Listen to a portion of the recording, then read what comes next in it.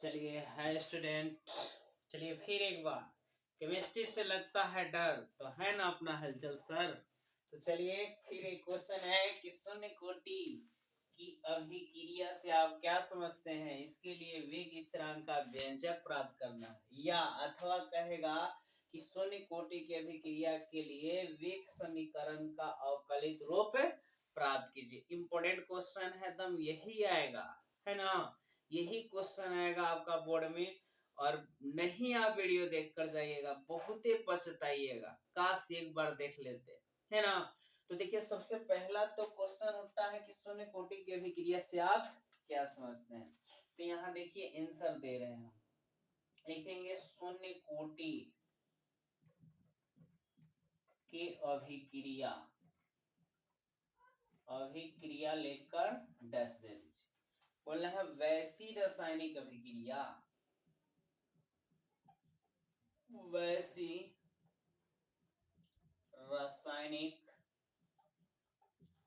अभिक्रिया जिसका वेग अभिकारक, जिसका वेग अभिकारक की सांद्रता, अभिकारक की सांद्रता के शून्य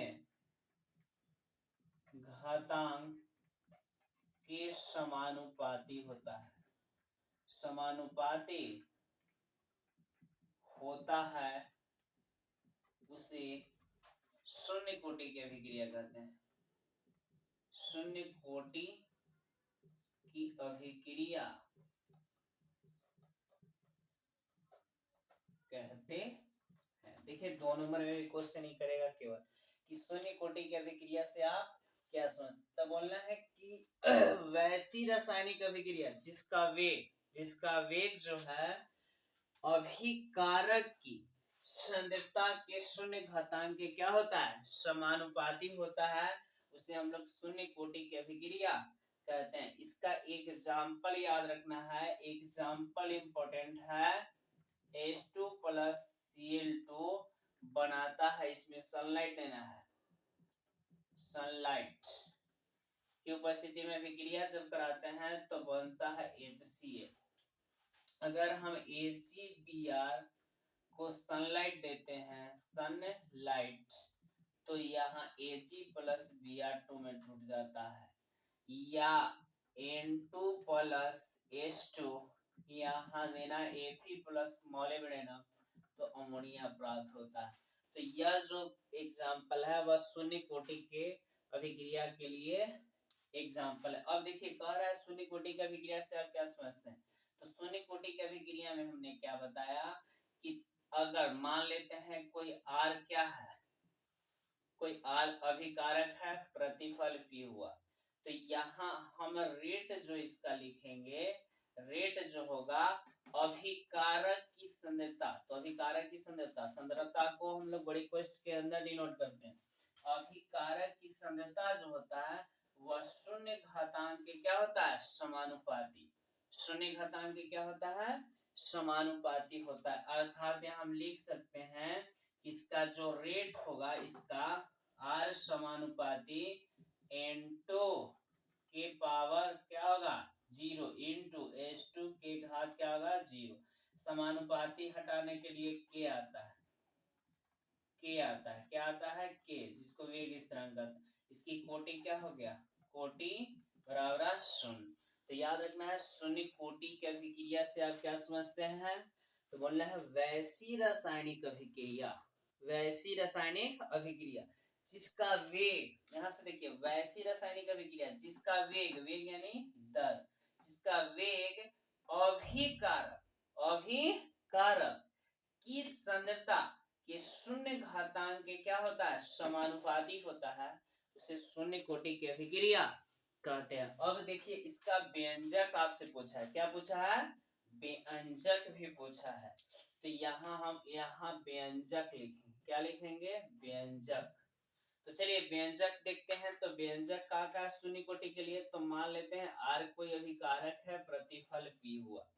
अब देखिए शून्य कोटि के लिए, शून्य कोटि के लिए, शून्य कोटि के लिए क्या लिखेंगे, आर समानुपाती आर नोट। ठीक है, आर समानुपाती को हटाने के लिए के आर नोट।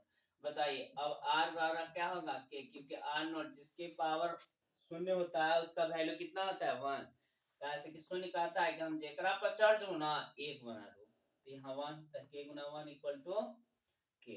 अब देखिए अभी कारक के लिए क्या होता है दर, तो माइनस डी आर बटा डी टी इक्वल टू के।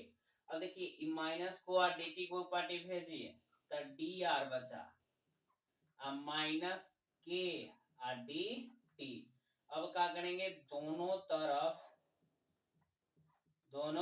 तरफ समाकलन करने पर, दोनों तरफ समाकलन कीजिए तो इंटीग्रेशन डी आर, ठीक है, इक्वल टू क्या हो जाएगा, माइनस के constant integration D T.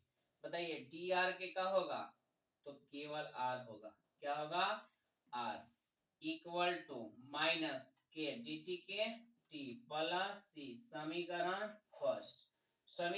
First. अब यहाँ फिर से अब आएंगे, अब यदि मानेंगे कि यदि टी बराबर अगर 0, तो बताइए टी बराबर जब 0 होता है तो आर बराबर हम क्या मानते हैं, आर नोट। तो करते आ रहे हैं कि यदि टी बराबर 0 तो आर बराबर आर नोट। अब लिख देंगे कि समीकरण 1 में मान रखने पर, समीकरण 1 में मान रखिए, तो समीकरण 1 में मान रखिए, यहाँ आर के सीट पर क्या हो जाएगा, आर नोट इक्वल माइनस के गुना 0, ठीक है, सीट पर 0, उसके बाद प्लस सी, यानी आर नोट बराबर 0 तक खाली का बचा सी।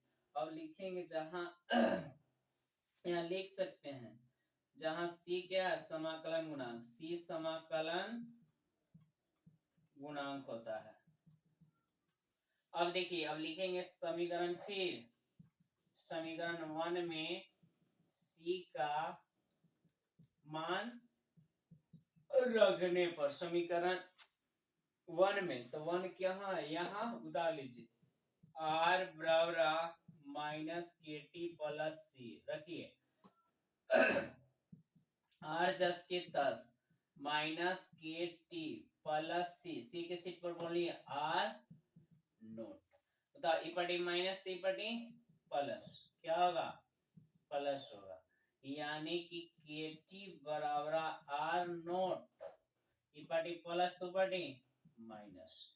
तो यहां से आप निकाल सकते हैं के बराबर R naught minus R by T. यहां पर भी आप आंसर कर सकते हैं, या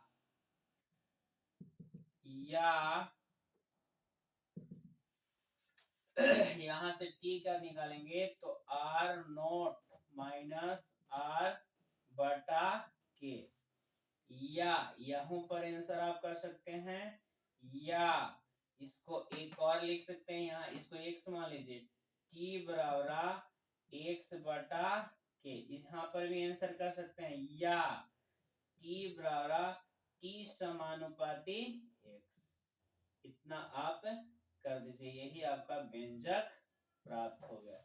तो इस तरह से हम लोग देख लिए शून्य कोटि की अभिक्रिया के लिए वेग स्थिरांक का व्यंजक। फिर से एक बार दोहरा देते हैं, शून्य कोटि की अभिक्रिया से आप क्या समझते हैं, तो वैसी रासायनिक अभिक्रिया जिसका वेग अभिकारक की सांद्रता के शून्य घातांक के क्या होता है, समानुपाती होता है, उसे शून्य कोटि की अभिक्रिया कहते हैं। जैसे H2 प्लस Cl2 सनलाइट देंगे HCl, एग्जाम्पल याद रखना है, यह शून्य कोटि की अभिक्रिया के लिए क्या है, एग्जाम्पल होता है। AgBr sunlight Ag plus Br2 N2 plus H2 Fe plus MO NH3 बनता है। से यह एग्जाम्पल में हम समझा है कि इसका जो रेट होता है वह अभिकारक के शून्य घातांक के क्या होता है, समानुपाती होता है।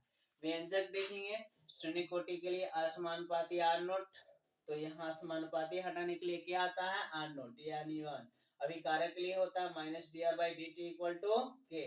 अब इसको अलग कर लिए, दोनों तरफ समाकलन कर लिए, इसका डी आर के आर होता है, यहाँ के टी प्लस सी समाकलन गुणांक है, टी बराबर 0 तो आर बराबर आर नोट, समीकरण 1 में मान रखे तो सी के मान आर नोट निकला, समीकरण 1 में सी के मान रखे तो यहाँ आ गया के बराबर R naught by R naught minus R बटा टी, या टी बराबर R naught minus R by K, या इसको इस तरह से हम लिख सकते हैं। तो इस तरह से हम लोग देख लिए शून्य कोटि के अभिक्रिया, प्रथम कोटि, अर्धाई, शून्य कोटि देख लिए। नेक्स्ट वीडियो में मिलेंगे, ठीक है।